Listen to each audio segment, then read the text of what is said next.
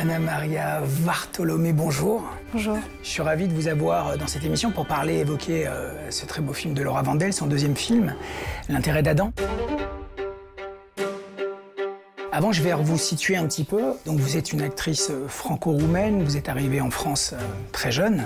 Vous aviez 6 ans, je crois. Vous avez commencé très tôt le cinéma, avec un premier film étonnant, le film de Eva Ionesco. Quelques années plus tard, il y a le film L'événement d'Audrey Diwan, qui est Lion d'or à Venise. Depuis, vous enchaînez pas mal de choses, avec des choses assez exigeantes. Vous êtes une actrice assez étonnante, assez magnétique. Vraiment, je le dis très sincèrement. Moi, je m'appelle Lucie, je travaille ici dans cet hôpital. Est-ce que ma maman, elle peut rester avec moi pour dormir? La juge a accepté de vous laisser venir 2 fois par jour pour lui donner à manger. Ce que vous lui donnez, ça comble pas les besoins d'un enfant de 4 ans. Il a des carences, il a un retard de croissance. Dans L'intérêt d'Adam, vous interprétez Rebecca, donc cette mère en souffrance, qui est face à Lucie, qui est l'infirmière interprétée par Léa Drucker. Qu'est-ce qui vous intéresse dans ce personnage? Alors, tout d'abord, je crois que j'avais très envie de retourner à un cinéma plus indépendant. J'attendais un rôle comme celui-là. J'en avais parlé avec mon agent, je sortais de Monte Cristo. Ouais. Je lui avais dit, j'ai envie de revenir à la source et de faire quelque chose de plus... intime. Oui, et plus à l'os, de quelque chose de plus écorché, de plus torturé. Et puis là, je reçois ce scénario qui a été envoyé par la productrice, Marie-Ange Luciani. Et je lis et je trouve ça génial, mais j'ai trop peur et j'en parle autour de moi. Qu'est-ce qui vous fait peur? Je sais pas, je crois que c'est ce rapport à la maternité, peut-être cette mère qui était quand même très écorchée, très hystérique sur le papier. Je me suis dit, je vais jamais y arriver, mais j'en avais besoin, quoi. C'était assez vital, en fait, de faire ce film. Pourquoi est-ce que vous faites ça? Parce que quand je vous dis qu'il a mal au ventre, vous refusez de me croire. Mais arrêtez de lui dire que ce qu'on lui donne est mauvais, il aura plus mal au ventre. Il y a un dispositif qui est assez conséquent, c'est le dispositif de plan séquence. Donc il y a vraiment 4 murs, il y a 3 protagonistes et vous êtes vraiment tout le temps sous tension. Ouais. Comment ça s'est passé, la collaboration avec Léa Drucker et avec Laura? Léa et moi, on s'est rencontrés dans le train pour aller à Bruxelles pour travailler. C'était la première fois qu'on lisait le scénario à haute voix, toutes les 3, avec Laura. Et immédiatement, Léa a quelque chose de très généreux. Elle est beaucoup dans le partage. Puis ça nous a vachement aidés sur le tournage, parce que c'est vrai que le dispositif du plan séquence, cette grammaire très radicale, peut être assez oppressante. Et ça requiert énormément de technique. Donc on avait besoin, dans ce cadre très défini, d'apporter de la légèreté. Et ça s'est fait assez naturellement entre nous. Si vous refusez de collaborer, on va être obligé de lui remettre la sonde de gavage et vous aurez plus droit de visite. Ça lui fait mal. Puis voilà, c'est une actrice que j'ai beaucoup vue à l'écran et qui m'a toujours fascinée par son naturel, qui est quand même assez désarmant, et puis une technique, une certaine forme de puissance innée, quoi. Et voilà, elle a quelque chose de très fédérateur aussi, un esprit de troupe qui était très bénéfique, mais ça a été un tournage très intense et très, très enrichissant, oui. Une mère isolée, elle est en perte totale de confiance et on l'aide pas, qui le fera? Je me bats tous les jours, seule, depuis qu'il est né sans rien demander à personne. Elle est dangereuse pour cet enfant. Elle est en panique. Ce qui m'intrigue un peu dans votre personnage, c'est que on connaît pas très bien ses motivations. On sait pas de quoi elle souffre. On sait pas si c'est une pathologie psychique, on sait pas si c'est un souci écologique. Et on comprend petit à petit que elle a besoin de ce cadre hospitalier. C'est peut-être le seul cadre qu'elle a dans sa vie. Et j'ai l'impression qu'il la sauve d'une certaine manière. Pourquoi vous voulez pas me laisser tranquille? Vous avez besoin d'aide, Rebecca. Arrêtez-vous, stop! Gâchez pas tout maintenant. Ici, vous êtes face à la spontanéité d'un enfant. Est-ce que vous avez retrouvé quelque chose de vos débuts?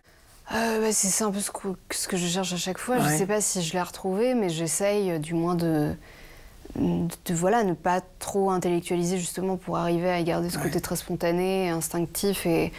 Et justement, sur Merteuil, par exemple, il y avait des fois où c'était 4 mois de tournage, c'était assez intense. Et puis, le rythme de série est très différent du rythme de cinéma. On essaye de rentrer le plus de minutes par jour, donc on tourne beaucoup. C'est vrai que la fatigue des 4 mois aidant, des fois, tu arrives sur le tournage, ce sont des textes très alambiqués, très compliqués. Et puis tu te dis, bon, là, je vais essayer de peut-être pas trop réfléchir à ce que j'avais en tête, mais de voir où ça mène. Et des fois, ça donne naissance à des émotions qui n'étaient pas prévues. Et je trouve que c'est là où réside vraiment la magie du cinéma. Enfin, moi, du moins, c'est ce que j'aime aussi, c'est me laisser un peu surprendre et être un peu désemparée. Je trouve ça toujours intéressant d'être à la fois dans le contrôle et à la fois un peu au bord du gouffre, quoi.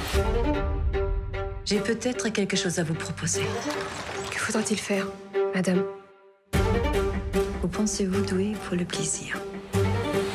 Dans Merveille, votre personnage a un arc dramaturgique assez étonnant, donc c'est presque une initiation qui va de plus en plus vers le contrôle. Alors moi j'aimerais savoir comment on contrôle en fait le contrôle. Est-ce que vous abandonnez complètement au metteur en scène? Là où j'ai été très aidée, c'est qu'avec Jessica, on avait déjà travaillé ensemble sur Maria, donc on se connaissait. Quand elle m'a proposé la série, j'ai immédiatement dit oui, alors que j'avais que le premier épisode, mais je lui ai fait confiance. Vous devez apprendre à maîtriser les hommes. Moi, ce que j'ai beaucoup aimé sur Merteuil, c'est que c'est quelqu'un qui s'interdit de perdre pied, mais on a aussi beaucoup pris la liberté de la rendre assez vulnérable quand elle est seule face à son miroir.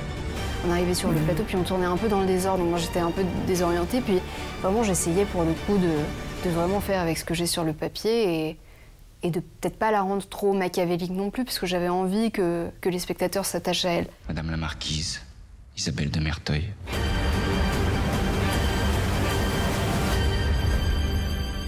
Vous êtes à l'aube d'une grande carrière et de choix incroyables à faire. C'est quoi qui motive vos choix aujourd'hui? J'ai un peu envie de faire des choses qui sont plus à l'os, des choses qui sont plus rudes, et puis des choses qui sont des promesses de merveilleux, qui sont destinées à un public plus large. Puis voilà, naviguer entre ça, j'espère, j'en sais rien. Je vous le souhaite en tout cas. Merci beaucoup Anna Maria, c'est un plaisir. Merci. Différence et tolérance pour l'autre avec un grand A. Un message commun porté par les dernières sorties en salle cette semaine. Please welcome in his Octagon debut, Mark Kerr!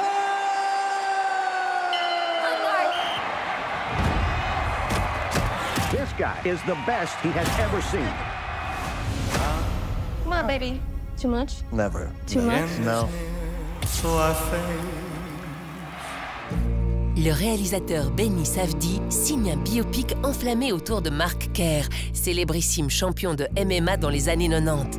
Pour incarner la star des arts martiaux mixtes, une autre star, Dwayne Johnson, qui se glisse dans les muscles de cette smashing machine.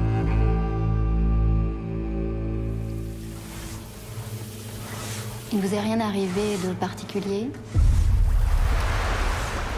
Un événement traumatique, un choc émotionnel? C'est pas possible. Il y a un truc qui va pas, là. 1,76. Tu rigoles? On se tasse tous un peu avec l'âge, tu sais, c'est normal. De 4 cm? Tout petit, Jean Dujardin? Pour la deuxième fois de sa carrière, l'artiste passe d'1,82 m à quelques centimètres seulement. Après avoir incarné un homme à la hauteur, le voici catapulté au cœur d'un grand film d'aventure signé Yann Kounen. Welcome to the headquarters of the Human Resistance. Where's my hair? Your hair has been destroyed to prevent you from contacting your ship. What ship? Your mothership? In the next 48 hours, the police and the FBI will begin a statewide manhunt. I'm a high-profile female corporate executive. I am crucial. In all humility, I can say that. Think of it like you abducted the governor, but worse. Une comédie loufoque où deux malfrats kidnappent Emma Stone car ils sont persuadés qu'elle est une extraterrestre. L'occasion de reformer le brillant tandem Emma Stone-Jesse Plemons réunis dans Kind of Kindness. Coucou! Je t'aimerai toujours.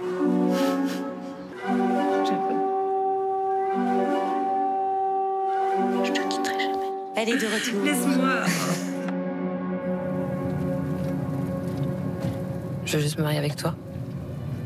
Se marier dans chaque pays où leur union est légalement reconnue, c'est l'objectif que Fleur et sa compagne Julianne se sont fixés. Ce premier film de la jeune Belge Cato Custers nous livre une ode délicate à la tolérance et à l'amour. Pourquoi as-tu tué cet homme? Pourquoi avoir brisé ce bonheur qui nous attendait? Il y a des choses dans votre geste qui nous échappent et nous avons besoin que vous nous aidiez à les comprendre. D'abord, regrettez-vous votre acte? Depuis Visconti en 1967, personne n'avait osé adapter le roman d'Albert Camus à l'écran. Pourquoi étiez-vous armé d'un revolver? François Ozon relève le défi et dirige avec brio l'épatant Benjamin Voisin dans le rôle de Meursault. Moi aussi, je me demande parfois si je t'aime. À ses côtés, Rebecca Marder et Pierre Lotin complètent le casting de ce classique de la littérature française. Maman disait souvent qu'on n'est jamais tout à fait malheureux. À la semaine prochaine.